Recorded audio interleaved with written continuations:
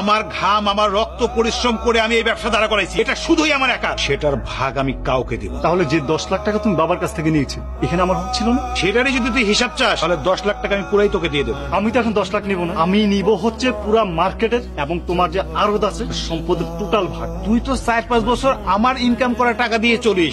কতবার বলছি তুই আরতে বয়, সংসারটা একটু দেখাশোনা কর। একটা দিন একটা ঘন্টা তুই সময় দিছিস। এত বড় আড়ত, এত বড় মার্কেট থাকতে আমি কোন দুঃখে তোমার সাথে কাজ করতে যাবো? মুখে কিন্তু লাগাম দিস, নাহলে জুতাতে বাইরে কিন্তু একদম লাল করে ফেলো। এখানে মুখ লাল করে দেওয়ার কি আছে? আমরা আমাদের ভাগের সম্পত্তি চাচ্ছি, কোনো ভিক্ষা চাচ্ছি। আমরা মা ছেলে আর ভাই ভাইয়ের কথা হইতাছে, তোমার এখানে নাক না গলাইলেও চল। আমি সাফ সাফ সবাই একটা কথা বলে দিই, মা তুমিও শুনে রাখো, আমি আরো তার মার্কেটের হিসাব কাউকে দিব না, এটার ভাগও কাউকে আমি দিব না। ভাগ দিবে না? আরে আমারও তো ভাগের দরকার নাই, কিন্তু কিসের ভাগ হবে? তুমি তো আমার আপন ভাই না, তুমি আমার সৎ ভাই। এখানে যত সম্পদ আছে টোটালটা আমার নামই হবে। তোমার মা মারা গেছে সে কবে, তুমি এখন এখানে সম্পত্তির ভাগ চাও কোন আক্কেলে? তোমার যত সম্পদ টোটাল কিছু আমার আজকের মধ্যে বুঝাই দিবে। বাবার ওয়ারিশ হিসেবে কিন্তু সন্তান হিসেবে সম্পত্তির ভাগ আমিও পাই। তোমরা সবাই যদি নিজেদের মতো করে সবকিছু নিয়ে নাও তাহলে আমার জন্য কি রাখলে? আমি কি পাবো? তোর এখানে ভাগ আসলো কোথেকে? তোর মনে নেই তোর বিয়েতে কত টাকা খরচ হয়েছে? তোর বিয়ের সময় বরযাত্রী খাওয়ানোতে এখানে 5-7 লাখ টাকা খরচ হয়েছে। তারপরে বিয়ের পর তোর জামাইয়ের যে ব্যবসা দিয়ে দিছে 20 লক্ষ টাকা দিয়া, বুঝলে গেছো? ভাইয়া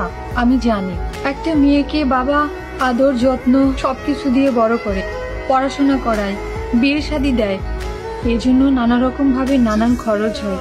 আর সেজন্যই হয়তোবা বাবার সম্পত্তিতে ছেলেদের থেকে মেয়েদের ভাগ থাকে অর্ধেক, এটাই নিয়ম। আর আমিও তাই সমান ভাগ চাই না ভাইয়া, আমি আমার ন্যায্য ভাগটাই চাই। অর্ধেক হিসেবে যা আসে সেই ভাগটাই তোমরা আমাকে দিও। শোনো ভাইয়া, এই সম্পত্তির ভাগটা তো আমি নিতাম না, তোমরা তো জানো। আমি আর কোনোদিনও বিয়ে করব না, আমি আমার অনাগত সন্তানকে নিয়ে বাকিটা জীবন পার করে দিতে চাই।